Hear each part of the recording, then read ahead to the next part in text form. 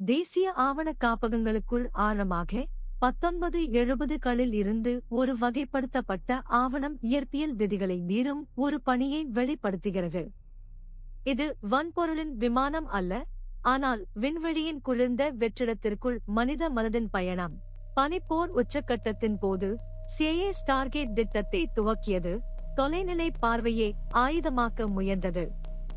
அவர்களின் முதன்மை சொத்து இங்கோ ஸ்வான் ஆகும். அவரது உணர்வு ஒரு நொடியில் ஆயிரக்கணக்கான மைல்கள் கடந்து செல்ல முடியும். ஏப்ரல் 1973இல் ஸ்வானுக்கு அவர் அடையாளம் காணாத ஆயத்தொலைவுகள் வழங்கப்பட்டன. அவர் ஆழ்ந்த மயக்கத்தில் நுழைந்தபோது அவர் இனி பூமியில் இல்லை என்பதை உணர்ந்தார்.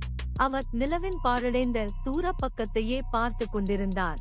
ஆனால் நாசா விவரித்த இறந்த பாறை சந்திரன் அல்ல, ஸ்வான் பாரிய ஒளியுணர்வக்கூடிய கோபுரங்களை பார்த்ததாக அறிவித்தார்திருப்பு வானத்தில் மைல்களை அடையும் கட்டடக்கலை கண்ணாடி போன்ற கட்டமைப்புகள். அவர் அருகில் சென்றபோது ஸ்வானின் விளக்கங்கள் ஆச்சரியத்தில் இருந்து பயமாக மாறியது. அவர் உயிரியல் நிறுவனங்களை பார்ப்பதாக கூறினார்.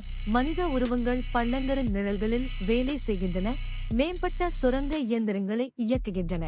அமர்வின் மிகவும் குழப்பமான பகுதி ஸ்வான் திடீரென பயத்தின் நடுக்கத்தை உணர்ந்தபோது ஏற்பட்டது. அவர் நிறுவனங்கள் அங்கு மட்டும் இல்லை என்பதை உணர்ந்தார். பரிமாணங்கள் முழுவதும் அவனை திரும்பி பார்த்து அவரது ஆண்மை இருப்பை அவர்கள் அறிந்திருந்தனர். ஸ்வான் திடீரென அமர்வை முடித்தார், பார்வைக்கு அதிர்ந்தார். அவர்கள் அங்கு தடங்களை கொண்டுள்ளனர் என்று தனது கையாளுபவர்களிடம் கூறினார். CIA உடனடியாக டிரான்ஸ்கிரிப்பை வகைப்படுத்தியது. 30 ஆண்டுகளுக்கும் மேலாக கணக்கை புதைத்து வைத்தது. சந்தேகம் கொண்டவர்கள் ஸ்வானின் தரிசனங்களை மாயத்தோற்றம் என்று நிராகரித்தாலும் லூனார் ரீகனசன்ஸ் ஆர்பிட்டரின் நவீன செயற்கைக்கோள் படங்கள் அந்த துல்லியமான ஆயங்களில் சமீபத்தில் ஒழுங்கற்ற கிளின்ஸ் மற்றும் ஜியோமெட்ரிக் வடிவங்களை கைப்பற்றியுள்ளன. தரவு ஒரு வேட்டையாடும் சாத்தியத்தை பரிந்துரைக்கிறது.